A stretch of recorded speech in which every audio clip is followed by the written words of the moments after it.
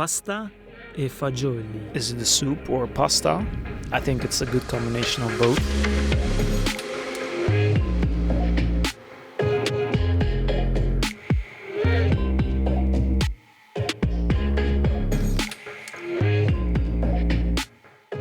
There are so many reasons why you should make this. We're gonna start this beautiful recipe with a sofritto. This will be the base of the sauce.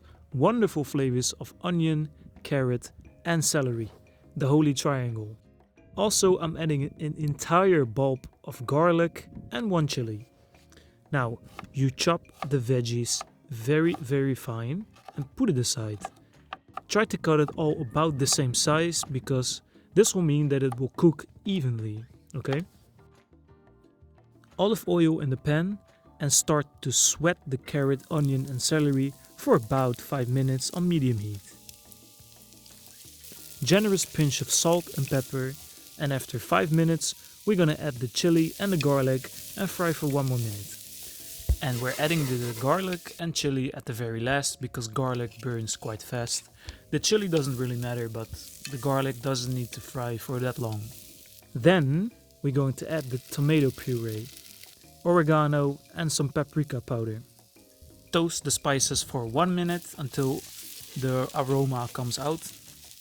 Now we go in with the beans, juice and all, followed with a can of tomatoes, and if needed, break up the tomatoes a little bit until it is nice and mixed up.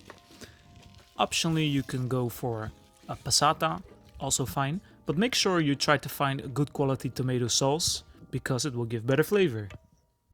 Now add 1 liter of boiling water and 1 stock cube, or you can use, of course, 1 liter of stock, and then season to taste with some salt and pepper and cover and let it bubble and blitz for about 10 minutes.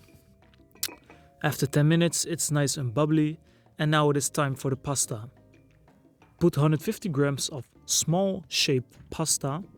Actually, mine was not the best choice, but that's no worries, that's all I have in my house. You can break it up with your hands if necessary, but you put the pasta inside and then cook until al dente, which of course that means that we want to undercook it slightly for a nice bite. So if your pasta needs to cook 10 minutes, you cook it for 8 minutes. Very easy, but it will make the difference because if you cook it too long, it will be mushy. The pasta will lose its texture, not nice. Cook it just before al dente. When your pasta is almost al dente, at the very last, we're gonna add some fresh basil and some nutritional yeast. You can also use Parmesan cheese to flavor a little bit up.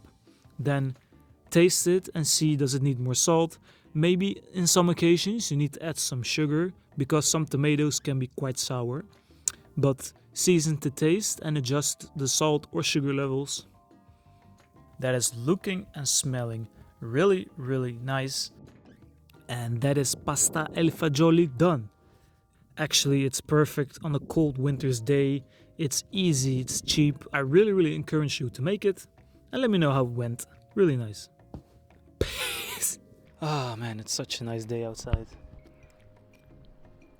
The most important thing for me, that it tastes really clean, because there is no meat, there is no cheese, just straight up vegetables, tomatoes, pasta, beans. Very nice. It's quick to make. It's only in 1 pot. You need 1 pot. This can feed like so many people. This recipe can serve 4 people, but if you double the amounts, you can serve 8 to 10 people easily. You should definitely make it. Stop watching and let's make it. Let's go.